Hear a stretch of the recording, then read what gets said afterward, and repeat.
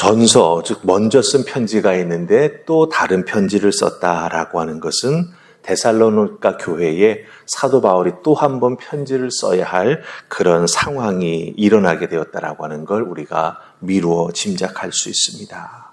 그럼 데살로니가 교회에 무슨 일이 일어났을까라고 하는 것이죠.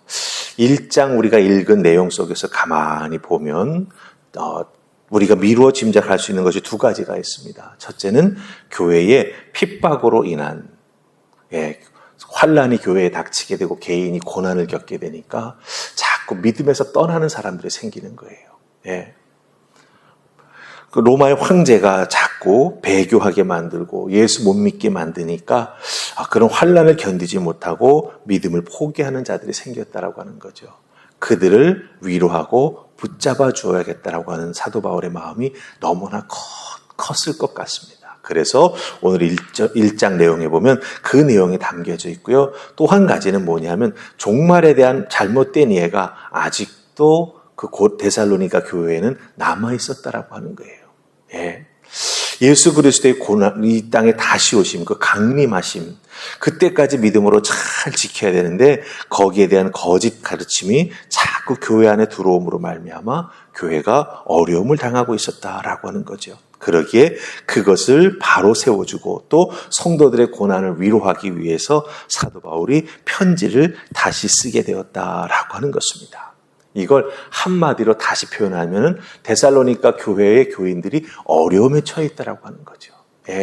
핍박과 거짓 가르침을 통해서 정말 영적으로도 혼란스러운 그런 어려움 속에 놓여 있다라고 하는 겁니다. 사도 바울은 그 어려움 속에 있는 성도들을 도와주기 위해서, 이겨낼 수 있도록 도와주기 위해서 편지를 썼다라고 하는 것이죠. 그렇다고 한다면 이 내용을 우리에게 한번 적용해 보십시다. 우리들의 주변에 신앙생활 잘해 나가던 분이 어렵고 힘든 상황에 빠질 수가 있지요. 개인적으로 환난을 당하게 될 때, 개인적으로 어려움을 겪게 될 때, 뭔가 크게 실망하는 일을 경험하게 될 때 어떻습니까? 믿음이 흔들리거나 좀 교회 생활에 나아가는 것을 이렇게 좀 듬성듬성하게 할 때가 있지요. 그런 모습 보면서 우리가 또 어떻게 도와줄까를 생각하게 되지 않습니까? 또 요즘은 이단들의 공격이 참 심합니다. 그렇게 교회에서 낭망하거나 신앙생활을 좀 쉬고 있는 자들이 이단에 잘 끌려갈 수 있는 확률이 굉장히 높아진다라고 하는 거죠. 그렇다고 한다면 어떻게 붙잡아주고 어떻게 위로해 줄 수 있을까? 사도 바울이 이 1장에서 말하는 내용 중에서 우리가 꼭 붙잡고 나아가야 될 두 가지가 있습니다. 그것을 잘 붙잡으면 우리도 위로할 수 있고 우리도 흔들리지 아니하는 믿음의 삶을 살아갈 수 있게 된다라고 하는 것입니다. 자, 그럼 우리 첫 번째로 3절 말씀 보십시다. 3절입니다. 우리 같이 읽습니다. 시작. 형제들아, 우리가 너희를 위하여 항상 하나님께 감사할지니 이것이 당연함은 너희의 믿음이 더욱 자라고 너희가 다 각기 서로 사랑함이 풍성함이니. 아멘. 사도 바울은요, 데살로니가 교회 성도들의 모습을 보면서, 그 교회의 모습을 보면서 하나님께 감사한다고 말합니다. 그럼 감사하는 내용이 있어야 되겠죠. 그 감사하는 내용이 두 가지로 나타나는 것을 우리가 보게 된다라고 하는 것이에요. 그래서 이 3절 속에 나타나는 이 감사하는 내용 두 가지를 잘 살펴보면 우리도 누군가를 위로해 줄 수 있고 또한 우리들의 믿음도 더욱 굳건히 세우게 나아가는 그런 아름다운 모습이 나타날 수 있게 된다라고 하는 것입니다. 특별히 하나님께 감사를 드릴 만큼 그 핍박과 후폭풍이 있지요. 핍박이 생기게 되면 그 상황 속에서도 믿음을 지켜내고 아니 오히려 그 상황 속에서도 믿음뿐만 아니라 교회를 지켜나가는 아름다운 모습이 있기 때문에 감사한다라고 말하고 있습니다. 그럼 어떻게 이런 것들을 이렇게 지켜나갈 수 있었을까? 두 가지입니다. 두 가지. 첫 번째는 믿음으로 이겨내고 믿음으로 승리할 수 있었다라고 하는 거죠. 믿음이 더욱더 자라나고 있다라고 하는 거예요. 환난을 당하고 있는데 거짓 가르침을 통해서 여러 가지 혼란스러운 상황 속에 빠져 있는데 그럼에도 불구하고 데살로니가 교회 교인들은 그런 상황 속에서 믿음이 더욱더 성장하게 되었다라고 하는 거예요. 핍박을 받으면 믿음이 움츠러들게 됩니다. 내가 믿음 생활하는 것, 신앙 생활하는 것, 다른 사람들이 좀 몰랐으면 좋은 생각도 생기게 되지요. 예. 저 사람 예수 믿는데요라고 누군가가 말하는데 그것이 로마 병사에서 귀에 들어가게 되면 어떻게 됩니까? 예. 불러다 세우고 너 예수 믿을래 안 믿을래 핍박을 가할 수가 있게 되고 위협을 가할 수 있게 되는 거지요. 그러기에 내 믿음이 다른 사람들에 잘 띄지 않았으면 좋겠다. 움츠러들게 됩니다. 그런데 데살로니가 교회 교인들은 그렇지 않았다라고 하는 거예요. 3절 말씀 잘 보세요. 너희 믿음이 더욱 자라고 이것 때문에 하나님 앞에 감사한다라고 합니다. 잘한다라고 하는 건 무엇입니까? 예, 그 믿음의 변화의 모습이 구체적으로 보여진다라고 하는 거예요. 이 환난과 핍박 속에서도 예수 그리스도를 믿는 그 믿음의 고백을 자기들의 삶의 자리에서 구체적으로 해나가고 있다라고 하는 겁니다. 그런 모습이 나타나게 될 때 분명히 거기에 대한 대가가 따르게 될 것인데, 즉 환난이 닥쳐오게 될 것인데, 그럼에도 불구하고 믿음으로 그 환난을 견디고 인내하면서 영원한 생명에 대한 소망을 더욱더 굳게 갖게 되면서, 예, 이 데살로니가 교회와 교인들은 한 단계 한 단계 믿음이 성장할 수 있었다라고 하는 거예요. 여러분, 신앙생활 가만히 해나가는 모습 보면은요, 편안할 때 신앙생활 더 잘하고 믿음이 막 퍽퍽 클 것 같죠? 그렇지 않더라고요. 예, 성도들이 신앙생활 속에서 어려움이 있을 때 그 어려움을 이겨나가기 위해 하나님 앞에 매달리고 하나님의 뜻을 구하고 말씀에 더욱더 집중하며 하나님 앞에 헌신해 나아가는 삶을 해나가게 될 때 더욱더 믿음이 성장하는 것을 볼 수가 있습니다. 그래서 여러분들, 사도 바울은 뭐라고 말합니까? 환난은 인내를, 인내는 연단을, 연단은 소망을 이루는 줄 알미라, 이렇게 말하고 있지 않습니까? 그렇다고 한다면 우리가 믿음의 핍박을 받고 환난을 받는 게 결코 부정적인 게 아니라고 하는 거예요. 우리의 믿음이 성장해 나아갈 수 있는 아주 중요한 요소가 된다라고 하는 거죠. 그러기에 그 환난을 견뎌낼 수 있도록 하나님 앞에 기도하며 감당해 나아가는 여러분이 될 때, 여러분들도 정말, 예, 사도 바울이 감사하는 것처럼 목사가 감사하는 그런 귀한 믿음의 사람으로 성장하게 될 줄 믿습니다. 아멘. 그리고 또 하나 그 뒤에 나오는 게 뭡니까? 예, 너희가 다 각기 서로 사랑함이 풍성하다, 이렇게 말하고 있습니다. 교회 안에 환난이 닥치면 또 주변 사회 환경이 예수 믿는 것에 대해서 부정적인 그런 환경으로 변하게 되면 어떻습니까? 사람들이 연약해지지요. 믿음이 흔들리게 됩니다. 그런데 데살로니가 교회 성도들은요, 이런 환난을 통해서 또 직접적으로 피부로 겪는 어려움 때문에 믿음이 자꾸 연약해지고 흔들리게 될 때 어떻게 했다고 말해주고 있습니까? 서로 사랑함이 풍성했다. 예, 예수 그리스도의 그 사랑으로 그들을 붙잡아 주었다라고 하는 거예요. 비난이나 원망을 하는 게 아니죠. 너 왜 신앙생활 그렇게 하려고 그래? 왜 자꾸 연약해져서 도망가려고 그래? 이렇게 비난이나 원망을 하는 것이 아니라 주님의 사랑으로 끝까지 붙잡아 주니 어떻게 됐겠습니까? 같이 견디어낼 수 있게 되었다라고 하는 거지요. 같이 이겨낼 수 있게 되었다라고 하는 것입니다.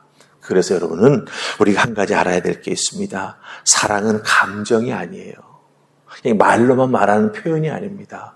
사랑은 구체적인 행동이어야 합니다. 데살로니가 교회 교인들은요, 행동으로 그 사랑을 보여주었죠.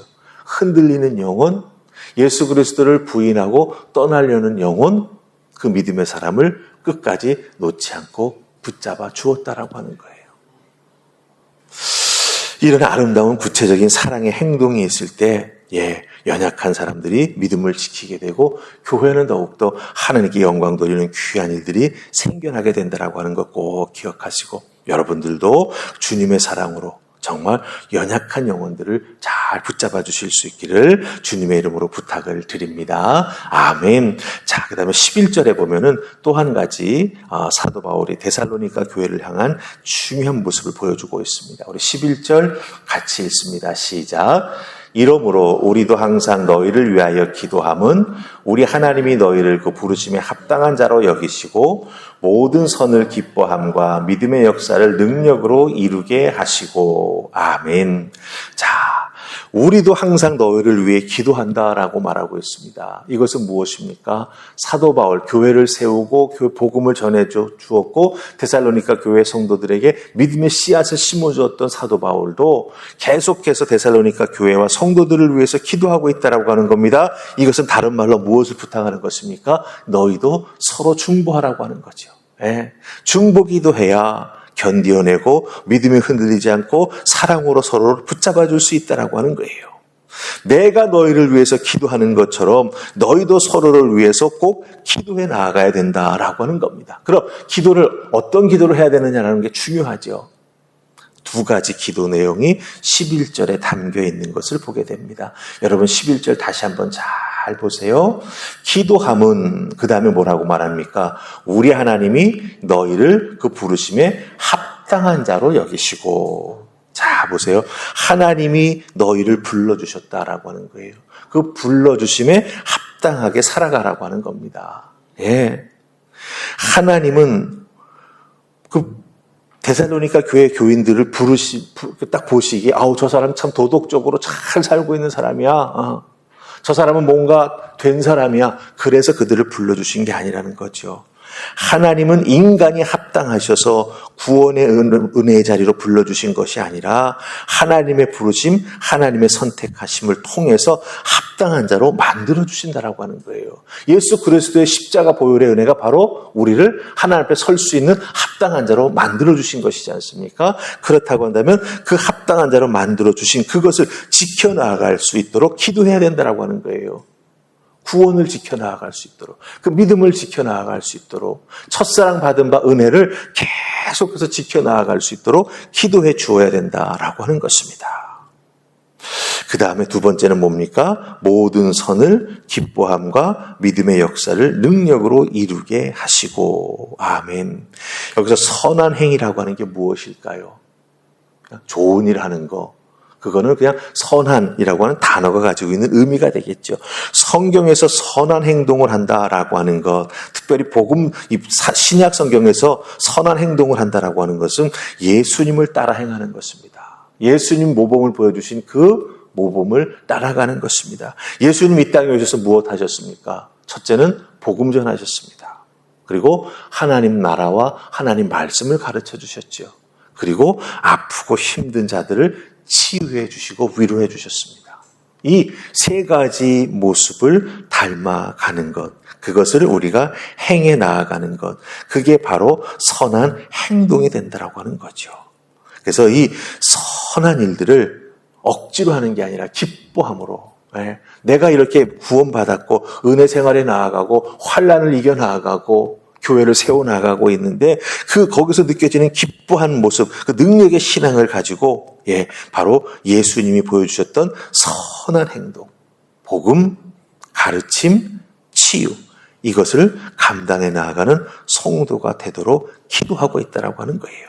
또 한 가지가 있습니다. 그 뒤에 나타나고 있는 게 무엇이죠? 11절 말씀 잘 보시면 여러분들 뭐라고 되어 있죠? 믿음의 역사를 능력으로 이루게 하시고. 이것은 무엇입니까? 열매를 잘 거두어야 된다라고 하는 거예요. 믿음 생활 하나님 앞에 끝까지 잘 해가지고 정말 주님 앞에 다시 서는 그날까지, 우리들의 믿음의 결승점을 통과하는 그날까지 우리들의 신앙생활을 바르게 함으로 말미암아 믿음의 열매를 거두는 자가 되어야 한다라고 하는 것입니다. 이것을 위해서 기도해야 된다라고 하는 것이죠. 신앙생활이 연조가 깊어지게 되고 오래 나아가다 보면 우리가 좀 부정적으로 표현하자면 습관이 생겨버려요. 습관이 생기면 어떻게 됩니까? 이것저것 생각하지 않냐고 그냥 내 몸이 척척척척 움직입니다. 좋은 면도 있지만 그것이 사실은 나쁜 면도 가지고 있어요. 습관에 따라 움직이다 보면 마음의 감동이 덜할 때가 있습니다. 음성을 듣고 움직이는 것이 아니라 그냥 내 몸이 해왔던 대로 움직여 나아가는 거예요. 늘 오면 그 자리에 앉게 되고, 늘 오면 기도로 시작하게 되고, 참 좋은 습관이에요. 그런데 늘 그렇게 그것이 나에게 패턴이 되어버리면 나도 모르게 고개를 숙이고 나도 모르게 끄떡거리게 되고, 감동이 없어도, 성령의 감동이 없어도 몸이 그렇게 움직이는 거예요. 여러분들, 그거 사실은 조심해야 될 부분이에요. 성령님께서 나에게 말씀해 주시고 감동을 주시는 부분을 분명히 깨달아 알고 내가 믿음으로 응답해 나아가는 것이 몸으로 표현돼야지 그런 감동 없이 안 된다라고 하는 거예요. 그러기 위해서는 너희들이 항상 기도하면서 그 부르심에 합당한 자로 세워져 나아가고 모든 선을 기뻐함과 믿음의 역사를 능력으로 열매 맺는 그런 삶을 살아가는 하나님의 자녀가 되어야 한다라고 사도 바울은 권면하고 있습니다. 여러분 한 분 한 분 이 새벽 기도하실 때 하나님 이런 모습 제게 이루어 주시옵소서. 기도하시면서 하나님 앞에 은혜 받으시고 또 받은 바 은혜를 가지고 어렵고 연약한 지체들을 잘 세워나가는데 헌신하는 여러분들 되시기를 주님의 이름으로 축복합니다. 아멘. 우리 기도하겠습니다. 좋으신 하나님 은혜 감사합니다. 오늘 이 새벽 주신 말씀 잘 마음속에 담고 기억하게 하여 주시옵소서. 하나님 앞에 믿음의 은혜 받은 자로 지금까지 생활해 옵니다. 어렵고 힘든 환경과 상황도 하나님 앞에 매달려 기도하며 이겨나갔던 귀한 체험들이 있습니다. 그 믿음과 그 체험, 그 은혜 가지고 이제는 연약한 지체들, 주의 몸된 교회를 위하여 기도하며 또한 구체적으로 돕고 또한 헌신해 나아가는 우리 모두가 되게 하여 주시옵소서. 사도 바울이 데살로니가 교회를 향해서 써보냈던 이 두 번째 편지의 1장에 나오는 그 사도 바울의 권면의 내용을 통하여 우리들도 각성하고 깨달아 알고 주의 교회와 지체들을 돕고 세우는 일에 헌신해 나아가는 우리 모두가 되게 하여 주시옵소서.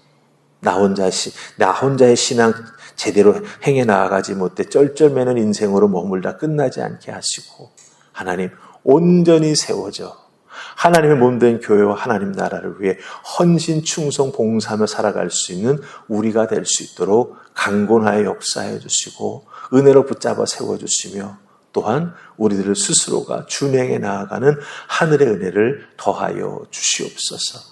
감사하고 예수님 이름으로 기도하옵나이다. 아멘.